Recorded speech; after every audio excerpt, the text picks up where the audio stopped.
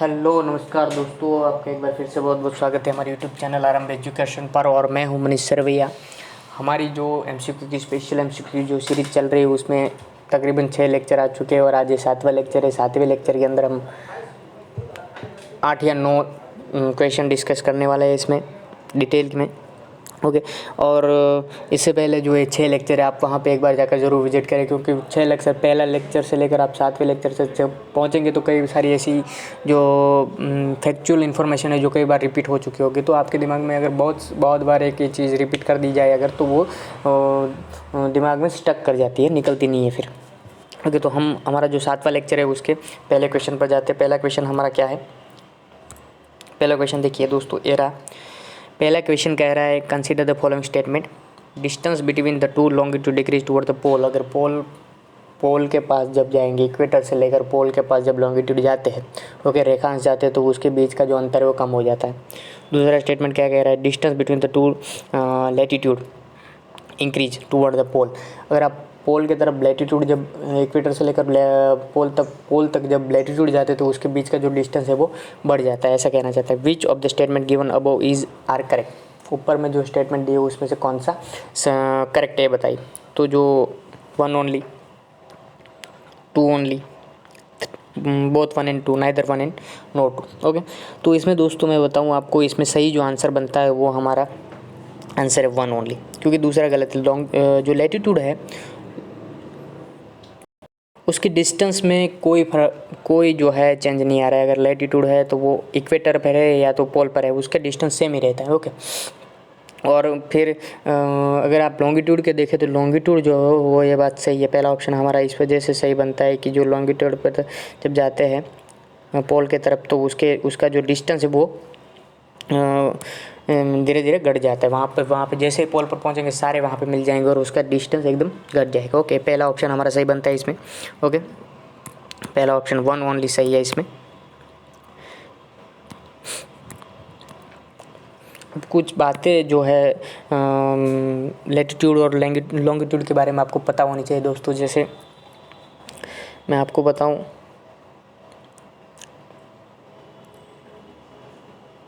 देख, लैटिट्यूड और लॉन्गिट्यूड, रेखांश और अक्षांश जो है उसको कैसे लाया गया, वो कैसे उसकी अवधारणाएँ आई, उसके लिए क्या है दोस्तों, जैसे अगर कोई ग्लोब है, जैसे हमारी पृथ्वी देख लीजिए, उस पर कोई पॉइंट अगर इंडिकेट करना है, कोई प्लेस है, वहाँ पे कोई एक लोकेशन हमें तय करना है, तो वो एक तो स्फीयर है जो गोलाकार है, उसके अंदर जो कोई प्लेस लोकेट करना बहुत दिक्कत, उसमें बहुत डिफ़िकल्टी आती है। ओके, और उसके अगर उसको फिर भी कोई प्लेस लोकेट करना है तो उसके लिए कोई रेफरेंस लाइन चाहिए, कोई पॉइंट चाहिए। तो उसके लिए जो दुनिया के जो जियोग्राफर थे उसने क्या किया कि जो लॉन्गिट्यूड और लैटिट्यूड की अवधारणा लाई। उसमें क्या है देखिए, जैसे अब आप लैटिट्यूड जान लीजिए पहले, लैटिट्यूड क्या है। अब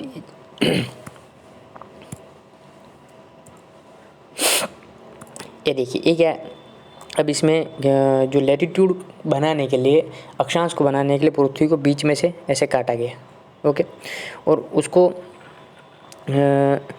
2 भागों में बांट दिया। एक भाग को क्या कहेगा, नॉर्थ वाला भाग, एक भाग को क्या कहेगा, साउथ वाला भाग। ओके, अब बीच में से काटने के बाद यहाँ पे पोल है, देखिए यहाँ पे। ओके, यहाँ पे नॉर्थ पोल है, यहाँ पे साउथ पोल है। तो अब यहाँ से जब आप यहाँ जाएंगे तो इसके बीच का डिस्टेंस कितना है, 90 डिग्री का डिस्टेंस है।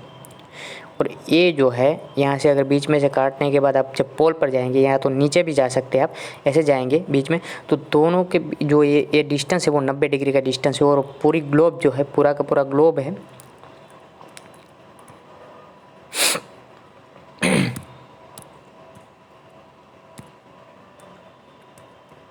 उसका ये कितना भाग है, ये देखिए, ये 1/4 पार्ट है पूरी की पूरी ग्लोब का। ओके, अब जो है अगर ऐसे लॉन्गिट्यूड को लैटिट्यूड को बनाया गया। ओके, अब यहाँ से 0 डिग्री से लेकर यहाँ से 10 डिग्री होगा, यहाँ 20 डिग्री होगा, वैसे करके यहाँ पहुँचेंगे तो 90 डिग्री बन जाएगी। ओके, यहाँ भी ऐसे ही होगा, यहाँ 0 डिग्री होगा, फिर यहाँ 10 डिग्री होगा, यहाँ 20 डिग्री होगा, और यहाँ पहुँचने के बाद 90 हो जाएगा। ओके, अब देख लीजिए, अब क्या है, एक कन्फ्यूज़न दूर करने के लिए, जैसे मान लीजिए कि यहाँ हम जाते हैं तो यहाँ पे मान लीजिए कि 20 डिग्री लाइन है, ओके, ये 20 डिग्री लाइन है। तो यहाँ क्या है, यहाँ पे मान लीजिए कि महाराष्ट्र है। ओके और यहाँ पे एक शहर है। ओके, मान लीजिए कि ये शहर, ये जो है मान लीजिए शहर है मान लीजिए, और यहाँ पे शहर भी मान लीजिए। ओके, तो क्या यहाँ दोनों ही दोनों जो है, दोनों की दोनों 20 डिग्री पर है। तो इसका मतलब क्या होता है कि एक ही प्लेस, इसका लोकेशन सेम ही है, उसका जो लोकेशन है वो सेम ही होता है। ऐसा इसका मतलब होता है? नहीं, ऐसा मतलब नहीं होता है। और दूसरी एक बात देख लीजिए, मान लीजिए कि यहाँ पे 20 डिग्री है और यहाँ पर भी 20 डिग्री पे है। मान लीजिए कि ब्राज़ील का कोई शहर है यहाँ पे। ओके, अब जो ए महाराष्ट्र है या बी शहर है या तो यहाँ पे सी शहर है, ये तीनों का लोकेशन है कि क्या? नहीं है। तो इस कन्फ्यूज़न को दूर करने के लिए जो इक्वेटर है, इसके जो ऊपर से जो ऊपर वाली डिग्री जो यहाँ पे है उसको क्या कहा जाता है? नॉर्थ 20 डिग्री, और नीचे जो है उसको साउथ 20 डिग्री कहा जाएगा। ओके, अब एग्जैक्ट उसका लोकेशन अगर तय करना है तो हम सिर्फ और सिर्फ जो है लैटिट्यूड से नहीं कर सकते। उसके लिए हमें क्या चाहिए? हमें लॉन्गिट्यूड भी चाहिए उसके। अब लॉन्गिट्यूड ड्रॉ करने के लिए क्या किया कि जो यहाँ को बीच में से काटा था, ऐसे इसको भी ऊपर से लेकर बीच में काट दिए ऐसे। ओके, अब जो है इसको 100 फिर क्या हुआ कि उसके दो पार्ट, ऐसे 2 पार्ट किए उसके अर्थ के, जो ऐसे 2 पार्ट कर दिए। उसको इस वाले पार्ट को क्या कहा गया? इस वाले पार्ट को वेस्ट कहा गया, इस वाले पार्ट को क्या कहा गया? ईस्ट कहा गया। ओके, और यहाँ से डिग्री शुरू होकर 0 से लेकर 180 तक जाएगी, और यहाँ से भी 0 से लेकर क्या होगा? 180 तक जाएगी। ओके, अब यहाँ पे मान लीजिए और एक और, ये देखिए जो लॉन्गिट्यूड है, यहाँ से उसकी लाइन खींची गई। जैसे यहाँ से देखिए आप, यहाँ एक लाइन खींची गई ऐसे, और लॉन्गिट्यूड को बनाया गया। ओके, अब उसकी एग्जैक्ट सामने वाली लाइन 180 डिग्री है, यहाँ से घूम कर जाएंगे, यहाँ ऐसे 180 डिग्री होगी, यहाँ से भी 180 डिग्री होगी। तो इस वाले पार्ट को क्या कहा गया? वेस्ट कहा गया। इस पार जो भाग को क्या कहा गया? ईस्ट कहा गया। अब मान लीजिए कि यहाँ भी 20 डिग्री है, 120 डिग्री, यहाँ भी 120 डिग्री है। ओके, तो यहाँ पे अगर कोई लोकेशन है, मान लीजिए कि लोकेशन ए और ए है और यहाँ पे लोकेशन बी है, तो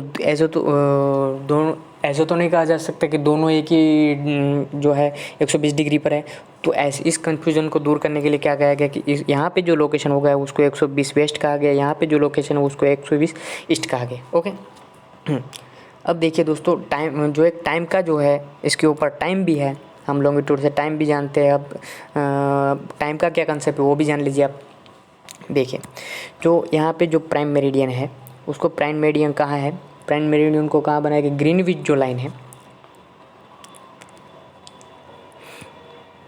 कहाँ पे?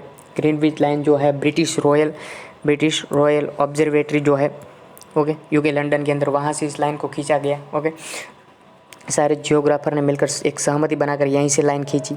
ओके, और उसके अब मान लीजिए कि यहाँ पे अब टाइम का कंसेप्ट क्या है वो भी आप थोड़ा एकदम शांति से सुनकर इसको समझ लीजिए। यहाँ पे मान लीजिए कि यहाँ प्राइम मेरिडियन है, यहाँ पे मान लीजिए कि 12 बजे दोपहर के। ओके, उसको रेफरेंस लेकर सारे टाइम जो है देखे जाते हैं। दुनिया के अलग अलग भाग में क्या टाइम है उसको देखा जाता है। जैसे फॉर एग्जांपल देखिए आप, जो ये पूरा जो गोला है वो कितना है? 360 डिग्री। ओके, अब 360 डिग्री पूरा घूम जाने के बाद मान लीजिए कि यहाँ कोई थी, यहाँ से लेकर यहाँ शुरू हुआ और फिर यहाँ पे ख़त्म होकर फिर जो यहाँ वापस आएंगे तो कितना टाइम लगेगा? उसको जो टाइम लिखने वाला है वो 360, जो पूरा डिग्री घूमने के लिए जो है उसको कितना टाइम लगता है? उसको लगता है 24 घंटे। ओके, तो 24 घंटे को जब यहाँ से काटा जाएगा तो कितना आएगा? 15। तो इसका मतलब क्या हुआ कि मान लीजिए कि उसको 1 घंटे में कितना घूमेगा? 15 डिग्री घूमेगा। 1 हावर्स में कितना डिग्री घूमेगा? 15 डिग्री घूमेगा। हाँ, यहाँ पे देखिए दोस्तों, एक राउंड उसको लगाने के लिए एक जो 360 डिग्री का राउंड लगाने के लिए उसको पूरा दिन लगता है, मतलब 24 घंटे लगते हैं। अब 24 घंटे अगर 360 को 24 से डिवाइड किया जाए तो 15 आएगा। तो 15 का मतलब क्या है? 1 घंटे के अंदर वो 15 डिग्री वो घूमता है। और 1 मिनट के अंदर कितना घूमता है? ओके, तो 4 डिग्री जो है 1 मिनट के अंदर 4 डिग्री घूमेगा। ओके, और जो 1 घंटे के अंदर कितना घूमेगा? 1 घंटे के अंदर 15 डिग्री वो घूमेगा। मतलब अब समझिए आप, अब इसका कंसेप्ट मैं आपको बताता हूँ। देखिए, अब देखिए, हाँ,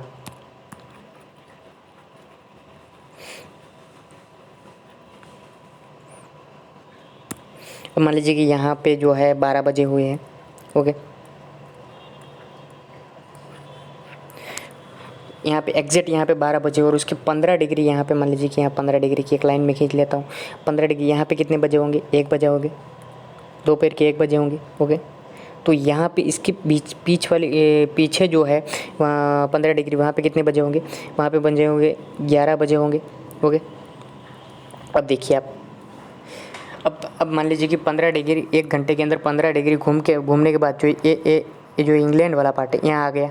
मान लीजिए 15 डिग्री घूमा तो जो ए वाला भाग है, ये लाइन है, वो घूम कर यहाँ आ जाएगी और यहाँ सामने क्या है? यहाँ पे सन है।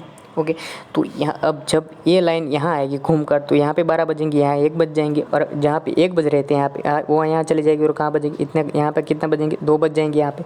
ओके, तो ये दोस्तों टाइम का कंसेप्ट है पूरा का पूरा। दोस्तों आप इस मैप को भी देख लीजिए। मैप ये जो है यहाँ पे ट्रॉपिक ऑफ कैंसर है, ट्रॉपिक ऑफ कैंसर की लाइन है, यहाँ पे ट्रॉपिक ऑफ कैप्रिकॉर्न है। ओके, कितने पे? 23/2 डिग्री पर है। यहाँ पे जो है आर्टिक सर्कल है, एंटार्क्टिक सर्कल है। ओके, इसको क्या कहते हैं? North temperate zone. यहाँ पे इसको क्या कहते हैं? साउथ टेम्परेट जोन कहा जाता है उसको। इसको इक्वेटर लाइन है। ओके, नॉर्थ पोल है, साउथ पोल है। इंडिया के कंटेक्स्ट में आप देख लीजिए, इंडिया जो इसका दोस्तों जो यहाँ से लेकर अगर गुजरात से लेकर अरुणाचल प्रदेश तक जाए तो यहाँ का डिस्टेंस कितना है? दोनों पॉइंट के बीच में दोस्तों डिस्टेंस है, दोस्तों देखिए डिस्टेंस 2933 किलोमीटर। ओके, ये डिस्टेंस है। और जम्मू से लेकर यहाँ से शुरू कर अब कश्मीर कन्याकुमारी तक जाएंगे तो वो कितना डिस्टेंस पड़ता है? 3114 किलोमीटर का डिस्टेंस है। ओके, मैं इसको ज़रा साइड में लिख देता हूँ।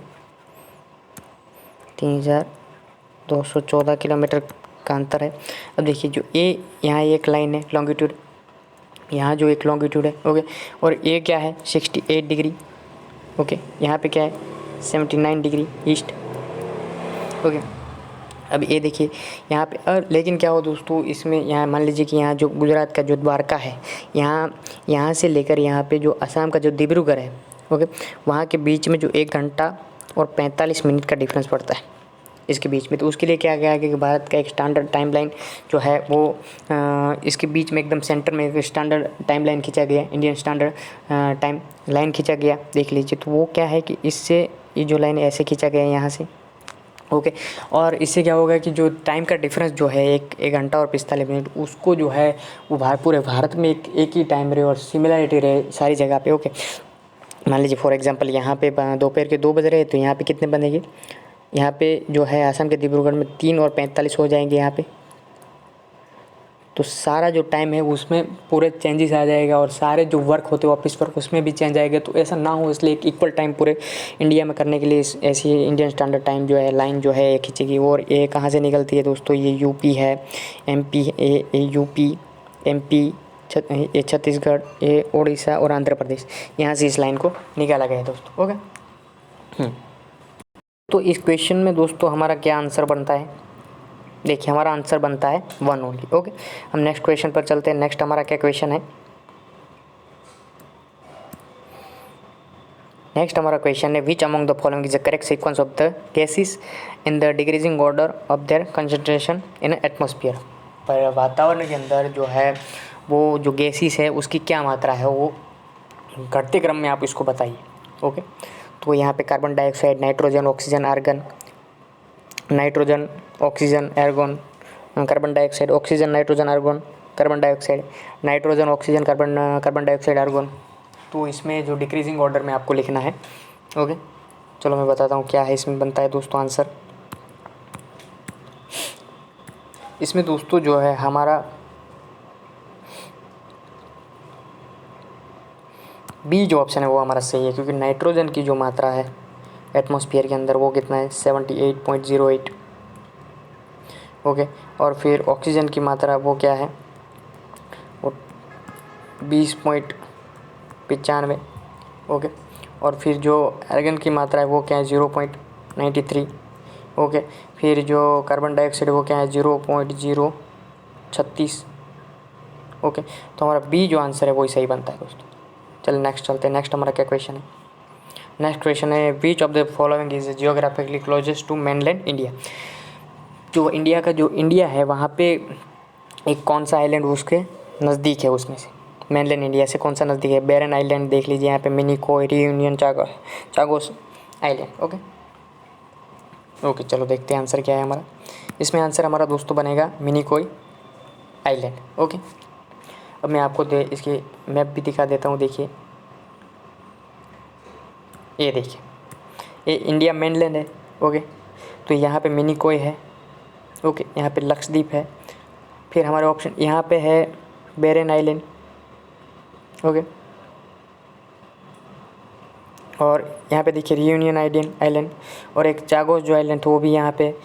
तो ये जो इस सारे ऑप्शन में जो मिनिकॉय है दोस्तों, लक्षद्वीप तो हमारे ऑप्शन में था नहीं, तो मिनिकॉय जो है वो सबसे नज़दीक जो है मेनलैंड इंडिया से है।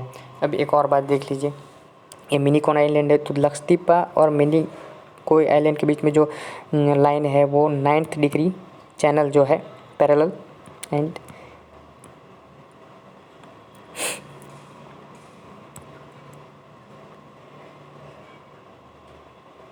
9 डिग्री जो चैनल है वो इसके बीच में है।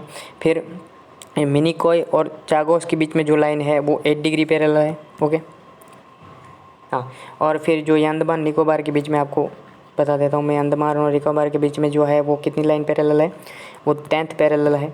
ओके, एक बार फिर से आप देख लीजिए, ये जो लक्षद्वीप और मिनिकॉय के बीच में कितना 9 डिग्री लाइन पैरेलल, और मिनिकॉय और मालदीव्स के बीच में कितना 8 डिग्री लाइन पैरेलल, और ये अंडमान और निकोबार के बीच में कितना वो 10 degree line parallel. Okay okay, चलो, तो इसमें हमारा क्या क्वेश्चन बनता है दोस्तों, इसमें मिनिकॉय हमारा जो है आंसर सही बनता है। ओके ओके, नेक्स्ट हमारा क्या क्वेश्चन है, नेक्स्ट हमारा क्वेश्चन देखिए दोस्तों, Brahma Samhita famous work on astrology is written by. जो ब्रह्म संहिता है वो किसके द्वारा लिखी गई, आर्यभट्ट, वराहमिहिर, पाणिनि, कालिदास। ओके, तो इसमें आंसर दोस्तों बनता है वराहमिहिर। ओके, ये वराहमिहिर जो है इसमें आंसर बनता है। और वराहमिहिर के बारे में मैं आपको बताऊँ तो वो एक एस्ट्रोलॉजर थे, वो एस्ट्रोलॉजी पर वो काम करते थे। फिर प्लांट की जो प्लानिटरी की जो मूवमेंट है उसके बारे में बताते थे। ओके, फिर ग्रहणों के बारे में भी बताते थे। ओके, और जो उसका एक वराहमिहिर का जो बेटा है जिसका नाम क्या है, पृथ्यूसास, वो जो है उसकी एक किताब है, उसका नाम है होरासोरा। ओके, उसका एक किताब का नाम है वो किसके बारे में फेमस किताब है, किसके बारे में, वो है हॉरोस्कोपी। और हॉरोस्कोपी क्या होती है दोस्तों, हॉरोस्कोपी होती है कुंडलियाँ जो देखी जाती है ना,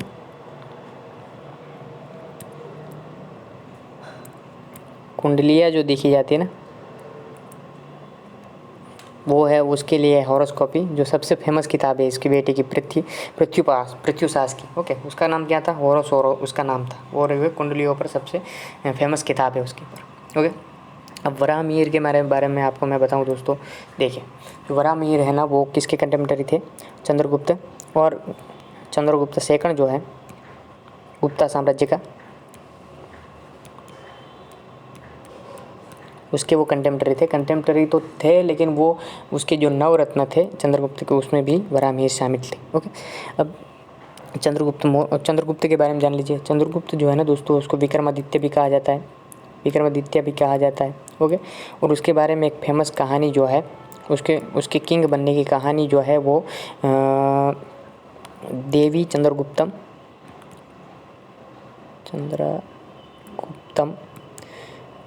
में किसके द्वारा, विशाखा दत्त के द्वारा,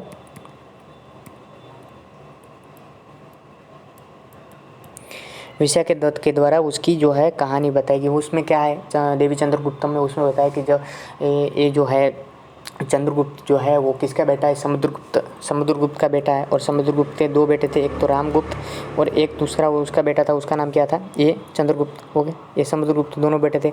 अब शासन पूरा किसके पास था, ये रामगुप्त के पास था। रामगुप्त के पास क्यों था, क्योंकि जो चंद्रगुप्त का एल्डर ब्रदर था, बड़ा भाई था, तो इसके पास समुद्रगुप्त के जाने के बाद गुप्ता के पास पूरा शासन था इसका, गुप्ता वंश का। ओके, तो जब शकों ने जो इसके ऊपर जब आक्रमण किया, ओके।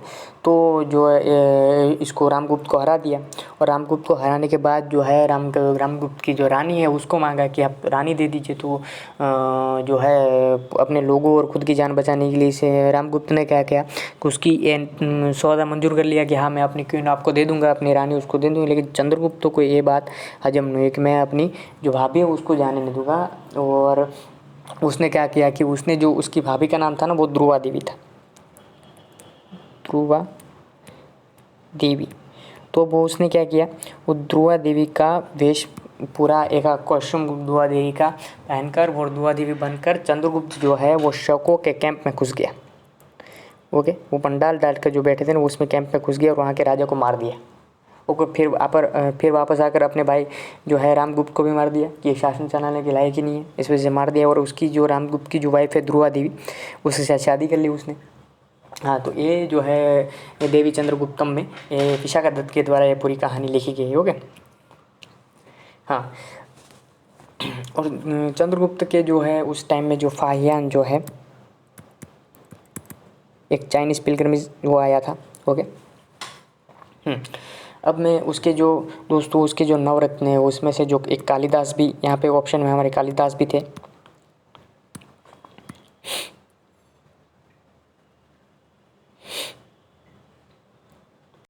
ये देखिए दोस्तों हमारे ऑप्शन में कालिदास भी है, और कालिदास भी इसके जो है नवरत्न में कालिदास भी शामिल थे। और धन्वंतरी धन्वंतरी क्या है, अभी आपने देखा होगा कि जो है धन्वंतरी जो है वो एक मेडिकल सेवाएं चलाई जा रही है, एम्बुलेंस भी चलाई जा रही है धन्वंतरी। वो क्या है, धन्वंतरी कौन थे, एक फिजिशियन थे। ओके, फिर और कौन थे, एक तो वरामिर थे, फिर वारारुचि भी थे। ओके, और भी नाम बहुत फेमस नाम, एक और थे हरिसेन ने जो है क्या लिखा था, प्रयाग प्रशस्ति जो है इलाहाबाद पिलर है जो कौशंबी से जो अशोक का पिलर लाया गया, तो उसके ऊपर जो समुद्रगुप्त के बारे में पूरा लिखा गया है हरिसेन के द्वारा। ओके, इलाहाबाद इंस्क्रिप्शन जिसको कहा जाता है। ओके, अब वारारुचि के बारे में मैं बताऊं तो ये पहला जो है वो ऑथर है किसका, प्राकृत ग्रामर जो है वो लिखा गया था, वो पहला किसके द्वारा लिखा गया था, तैयार किया गया था, वारारुचि के द्वारा इसको तैयार किया गया था। ओके, अब हरिसेन के बारे में मैंने बता दिया, इलाहाबाद पिलर, ओके, प्रयाग प्रशस्ति पिलर। और कालिदास ने जो कुछ फेमस उसकी जो रचनाएं हैं जैसे अभिज्ञान शाकुंतलम है, फिर रघुवंश है, फिर मेघदूत है। ओके, जो अभिज्ञान शाकुंतलम, फिर रघुवंश, फिर मेघदूत। ओके, विक्रमावर्ष्यम जो ये भी उसकी एक फेमस रचना है। ओके, अब यहाँ पे ऑप्शन में दोस्तों आपको यहाँ पे ऑप्शन में आपको पाणिनि भी दिया हुआ है, आर्यभट्टा भी दिया हुआ है। ओके, तो उसके बारे में भी जान लीजिए आप। तो जो पाणिनि है वो किस लिए जाने जाते हैं, उसने पहली जो है वो ग्रामर जो है पहली संस्कृत ग्रामर इसने तैयार की थी, उसका क्या नाम था, अष्टाध्यायी। ओके, और अष्टाध्यायी पर जिसने कमेंट्री की थी वो कौन थे, पतंजलि थे। ओके, और उसका क्या नाम था, महाभाष्य। ओके, और अगर इसकी साल आपको जाननी है देख लीजिए। अब जो है पाणिनि जो है उसने 4th या 5th BC में इसकी रचना की थी, और जो पतंजलि ने इसकी 2nd BC में इसकी रचना की थी। अब एक कंटेम्प्रेरी किसके समय में थे, पाणिनि जो थे वो नंद डायनेस्टी, नंद किंग थे जो धनानंद, उसके टाइम में थे। और पतंजलि थे वो पुष्यमित्र शुंग की डायनेस्टी। पुष्यमित्र जो शुंग है वो कौन है, पुष्यमित्र शुंग ने जिसको मौर्य का जो लास्ट एम्पायर था कौन था, बृहदत्त, उसकी हत्या करके उसने पूरी सत्ता अपने हाथों में ले ली थी। ओके, आर्यभट्ट के बारे में बताऊँ तो जो आर्यभट्ट है वो भारत के महान मैथमेटिशियन थे दोस्तों। ओके, चलो हम चलते हैं नेक्स्ट। हमारा क्या क्वेश्चन है, नेक्स्ट क्वेश्चन देखिए, with the reference to Mahajanapada and Sanghas consider the following statement. संघ और महाजनपद के बारे में कुछ स्टेटमेंट दिए हुए देखिए क्या है। While the most Janapada monarchies rule by the one king, the the Sangha were oligarchy rule collectively by king. Okay, अब कहने का मतलब है कि जो है राजाशाही जो महाजनपद में जो थे वो क्या थे कि राजाशाही चलती थी। वहाँ पे एक राजा जो है पूरे महाजनपद को संभालता था, और ये ओलिगार्की जो है उसका मतलब कुलीन वर्ग। ओके, जो कई सारे संघ के अंदर क्या थे कि कई सारे जो है वो किंग, कई बार तो 100 से ज़्यादा भी राजा जो है उसको इसको यहाँ पे रूल किया करते थे। ओके, ये बात है। दूसरा, while Mahavira belong to Mahajanapada Buddha was from Sangha. Okay, ये महावीरा जो है महाजनपद से थे और बुद्धा जो है वो संघ से ऐसा कहने का मतलब कहना चाह रहे थे। ओके, हमारा statement which of the statement given above is are correct, कौन सा स्टेटमेंट सही है? 1 only, 2 only, both 1 and 2, neither 1 and 2। Okay, तो इसमें जो दोस्तों सही हमारा ऑप्शन बनता है वो क्या है? हमारा 1 ऑप्शन 1 ओनली सही है, क्योंकि दूसरा क्वेश्चन नहीं है, क्योंकि महावीरा भी जो है वो भी संघ से थे और बुद्धा जो है वो भी एक संघ या गण से थे। ओके, शाक्य गण से थे। ओके, जैसे उसमें क्या है कि 2500 साल पहले, रजिस्ट्रेशन 2500 साल पहले क्या हुआ कि जो जनपद थे उसने फिर अपने को मजबूत करके एक महाजनपद में बदल लिया। ओके, तो इसमें हमारा ऑप्शन 1 सही है। ओके, नेक्स्ट चलते हैं दोस्तों। ये देख लीजिए 16 जनपद क्या है? ये 16 जनपद है। ये जैसे एक कंबोजा, फिर गांधार जो है, तक्षशिला, हस्तिनापुर, सुरसेना, मत्स्य, अवंती, ओके, छेदी, और यहाँ पे क्या वत्स्या, पंचाला, कोसला, माला, काशी, मगध, वाजी, अंग, अशोका, ये सब क्या है? महाजनपद है। ओके, 16 महाजनपद। ओके, चलो नेक्स्ट क्वेश्चन हमारा क्या है? नेक्स्ट देख लीजिए आप। Which of the following sector are eligible for loan under the, loan के लिए एलिजिबल है under the stand up India scheme के तहत कौन जो है वो लोन के लिए एलिजिबल है? एक manufacturing, agriculture, service, trading. Select correct answer using code given below. कौन सा आंसर सही है? आप इसमें इस कोड का यूज़ करके बताइए। Okay, 1 and 2 only, 1 3 and 4 only, 2 3 and 4 only, 1 2 3 4। Okay, इसमें दोस्तों जो है एग्रीकल्चर को नहीं शामिल किया गया है। इसमें मैन्युफैक्चरिंग, सर्विस एंड ट्रेडिंग जो है वो है, एग्रीकल्चर इसमें नहीं है। तो हमारा क्या ऑप्शन हमारा से बी हमारा जो है वो सही हमारा ऑप्शन बनता है। ओके, देख लीजिए क्या है। ये देखिए, जो स्टैंड अप जो इंडिया स्कीम है ना, उसको 2016 में इसको लॉन्च किया गया। तो अभी क्यों पिक्चर में है वो? क्योंकि जो है फाइनेंस मिनिस्टर जो है 20 और 21 का जो बजट है उसमें फाइनेंस मिनिस्ट्री से 2025 तक एक्सटेंड कर दिया है। ओके, अब ये स्कीम जो है 2025 तक चलेगी। अब इसमें क्या है, थोड़ी बातें मैं बताना चाहता हूँ, जान लीजिए आप। इसको क्यों लाया गया है? इसको जो एंटरप्रेन्योरशिप है, ग्रास रूट लेवल पर जो एंटरप्रेन्योरशिप को बढ़ावा देने के लिए इस स्कीम को लाया गया। ओके, दूसरी बात क्या है कि जो SC ST और वुमेन एंटरप्राइज है जो है उसको जो है एक इंस्टीट्यूशनल क्रेडिट स्ट्रक्चर, मतलब उन लोगों को जो है एक इंस्टीट्यूशनलाइज क्रेडिट दिया जाए, उसको जो उधार मिलेगा वो एक इंस्टीट्यूशनल सिस्टम से दिया जाएगा। ओके, इसलिए इस स्कीम को लाया गया। किसको? SC ST और वुमेन।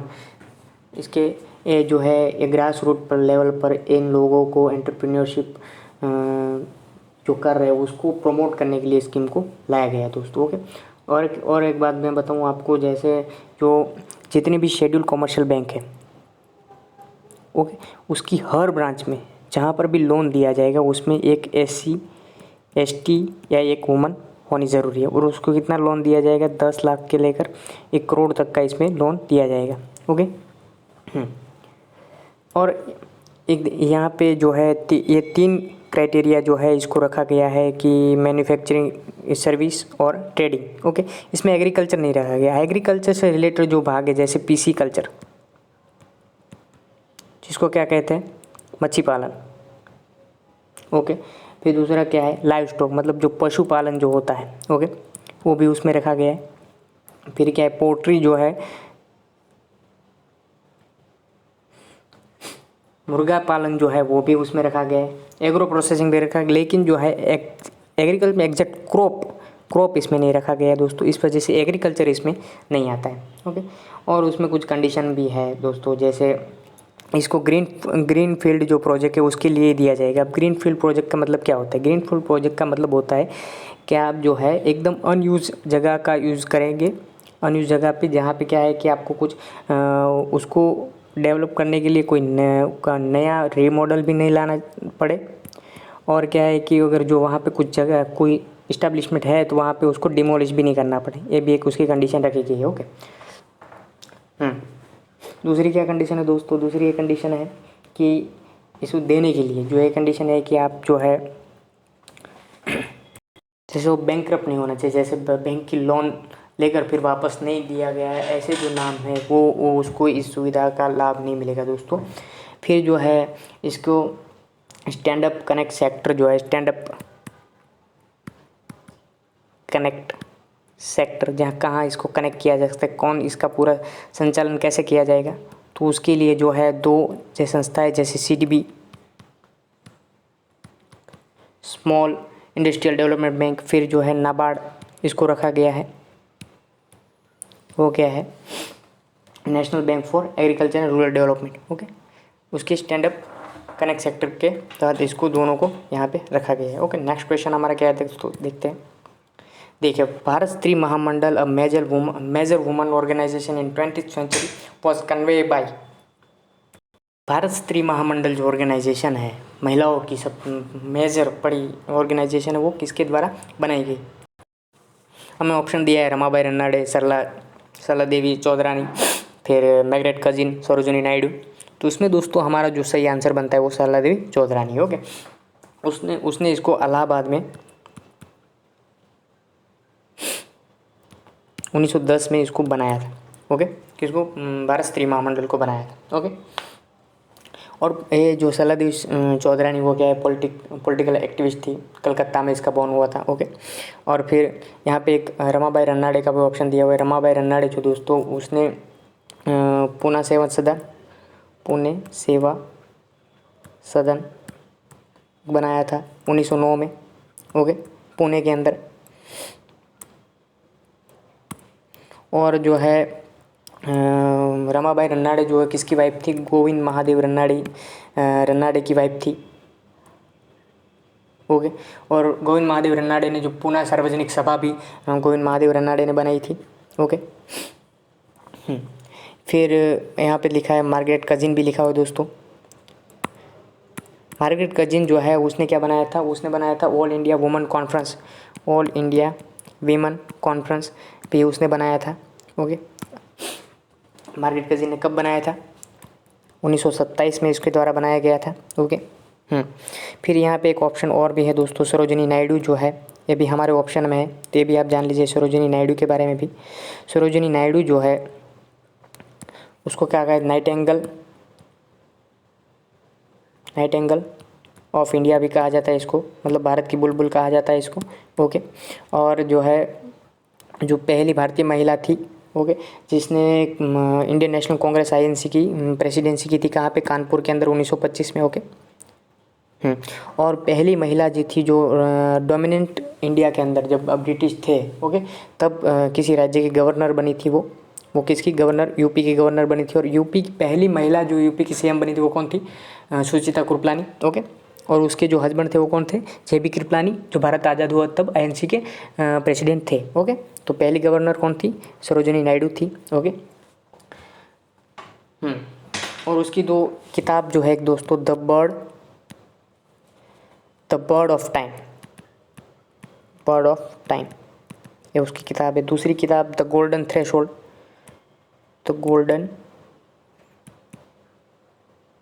थ्रेशोल्ड, ये उसकी किताब है दोनों दोस्तों। इसको आप याद रखिएगा, कहीं भी एग्जाम में आ सकता है उसकी किताबें भी। ओके।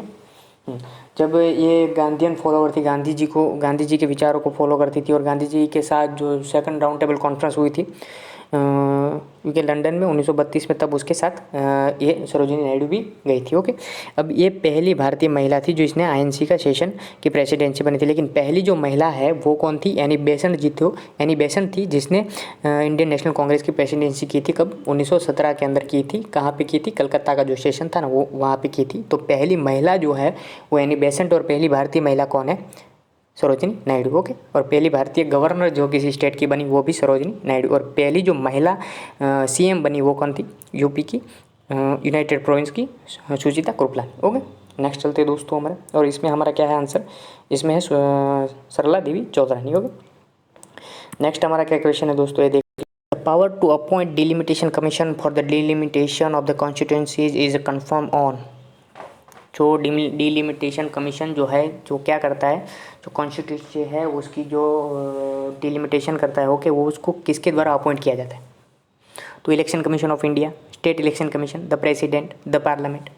ओके, तो इसमें दोस्तों हमारा आंसर बनता है सी, और सी जो है उसमें वो जो है वो प्रेसिडेंट जो है वो डिलिमिटेशन कमीशन जो है उसको अपॉइंट करते हैं, और वो किसके तहत किया जाता है उसको, तो जो डिलिमिटेशन एक्ट जो था 2002 का, उसके तहत जो है इसको अपॉइंट किया जाता है डिलिमिटेशन कमीशन को प्रेसिडेंट के द्वारा। ओके, और ये कहाँ पे लिखा हुआ है, आर्टिकल 82 जो है वहाँ पे लिखा हुआ है कि आफ्टर एवरी सेंसस,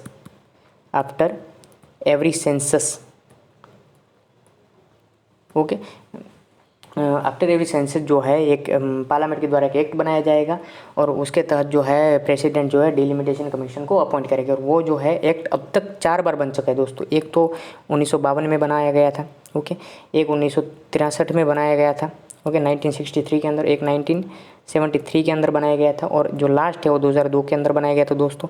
एक और बात जान लीजिए, जो 1981 और 1991 इसके बीच में एक भी डिलिमिटेशन कमीशन नहीं बनाया गया दोस्तों। ओके, ये 4 बार याद रखिए, 1952, 1963, 1973, 2002 के अंदर 4 बार डिलिमिटेशन कमीशन को बनाया गया है। ओके, हाँ, और मैं बताना आप जो चाहता हूँ दोस्तों, देखिए एक और बात जान लीजिए आप,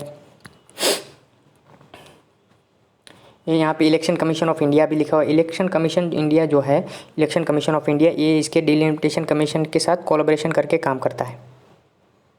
ओके, जो है इलेक्शन कमीशन ऑफ इंडिया इसके साथ कोलैबोरेशन करके काम करते हैं। ओके, अब इसको क्यों अपॉइंट किया जाता है, इसका क्या पर्पज़ है इसको अपॉइंट करने का। इसका अपॉइंट करने का पर्पज़ है कि जो पूरे भारत के अंदर जो उसकी बाउंड्री ड्रॉ करे, उसकी कॉन्स्टिट्यूंसी की ड्रॉ बाउंड्री, किसकी, कॉन्स्टिट्यूंसी की। ओके, ये इसका पर्पज़ होता है। और क्या, जो फिर पॉपुलेशन के आधार पर जो है कॉन्स्टिट्यूंसी को कंपोजाइट करे, उसको ऐसे जो पॉपुलेशन के हिसाब से उसको बनाए, उसकी बाउंड्री ड्रॉ करे। ओके, फिर जो है कोटा भी फिक्स करना होता है, शेड्यूल कास्ट और ट्राइब के जो है पॉपुलेशन के हिसाब से उसका रिजर्वेशन कोटा भी उसको फिक्स करना होता है। ओके, ओके दोस्तों, देखिए यहाँ पे ऑप्शन में हमें इलेक्शन कमीशन ऑफ इंडिया भी दिया है। तो इलेक्शन कमीशन ऑफ इंडिया का जो है वो कहाँ आता है, 324 से लेकर 329 तक आते हैं आर्टिकल। ओके, यहाँ पे प्रेसिडेंट भी दिया हुआ है। तो प्रेसिडेंट कहाँ आते हैं, आर्टिकल 52 में, there shall be president of India, Bharat का एक राष्ट्रपति होगा। और जो यहाँ पे पार्लियामेंट भी लिखा हुआ है, पार्लियामेंट कहाँ पे आती है, 79 आर्टिकल में है। पार्लियामेंट किससे बनता है, पार्लियामेंट जो है वो 3 चीज़ों से बनता है पार्लियामेंट दोस्तों। कौन सी 3 चीज़ें हैं जिससे पार्लियामेंट बनता है, वो एक राज्यसभा, एक लोकसभा और एक प्रेसिडेंट। इन 3 चीज़ों को मिला दिया जाए तब बनता है पूरा जो है पार्लियामेंट। तो राज्यसभा है वो आर्टिकल 80 में है, काउंसिल ऑफ स्टेट। लोकसभा जो है आर्टिकल 81 में है। Okay, lower house. Okay, Rajya Sabha को कहा जाता है upper house. Council of state, president जो आर्टिकल 52, इससे मिलकर जो है पार्लियामेंट बनती है। ओके दोस्तों, तो आज के इस लेक्चर में इतना ही। फिर मैं आपको मिलूँगा अपने नए क्वेश्चनों के साथ, नए लेक्चर के साथ। और मैंने अपनी इंस्टाग्राम और टेलीग्राम की जो है लिंक जो है अपने डिस्क्रिप्शन बॉक्स में मैंने डाल दी है दोनों लिंक। और दोस्तों, अगर आपको इसको अच्छा लगता है तो ज़रूर अप्रिशिएट करेगा। आज के लिए इतना ही, थैंक यू।